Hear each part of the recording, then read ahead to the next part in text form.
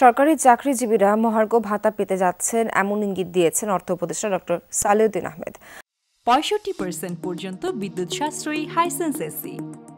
Hisense মঙ্গলবার দুপুরে সচিবালয়ে সরকারি ক্রয় সংক্রান্ত উপদেষ্টা পরিষদ কমিটির বৈঠক শেষে সাংবাদিকদের প্রশ্নের জবাবে তিনি এই কথা বলেন। উপদেষ্টা জানান, মহার্ঘ ভাতার বিষয়টি সক্রিয়ভাবে বিবেচনা করছে সরকার। হয়তো একটু সময় লাগবে, কিন্তু হওয়ার সম্ভাবনা মোটামুটি বলে জানান তিনি। সরকার কখন থেকে দিতে পারবে, কত দিনে দিতে পারবে, এর জন্য কমিটিকে দায়িত্ব দেওয়া হয়েছে বলে জানান তিনি। অর্থ উপদেষ্টা জানান, আজকের বৈঠকে এলএনজি সহ কয়েকটি পণ্য তাড়াতাড়ি আমদানি করার অনুমোদন দেওয়া হয়েছে।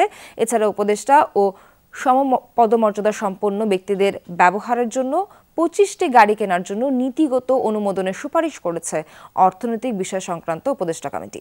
এনবিআর বিলুপ্ত করা এবং স্থলবন্দর দিয়ে ভারত বিভিন্ন পণ্য আমদানি নিষিদ্ধ করার বিষয়টি নিয়ে শিগগিরই আলোচনা করে এ ব্যাপারে নির্দেশনা দেওয়া হবে বলে জানান অর্থ উপদেষ্টা। মহার্ঘ আমরা অ্যাক্টিভলি কনসিডার করছি, এটা নিয়ে আমি কনসিডার করছি, এটা কমিটিকে দায়িত্ব দিয়েছে আমি, ওরা ওয়ার্ক আউট করলে আমার কাছে দেবে। হওয়ার চান্স মোটামুটি, কিন্তু হয়তো একটু সময় লাগবে। আমি বাজেটের ওয়ার্ক আউট করে দেখি কখন থেকে দিতে পারবো, কত দিতে পারবো।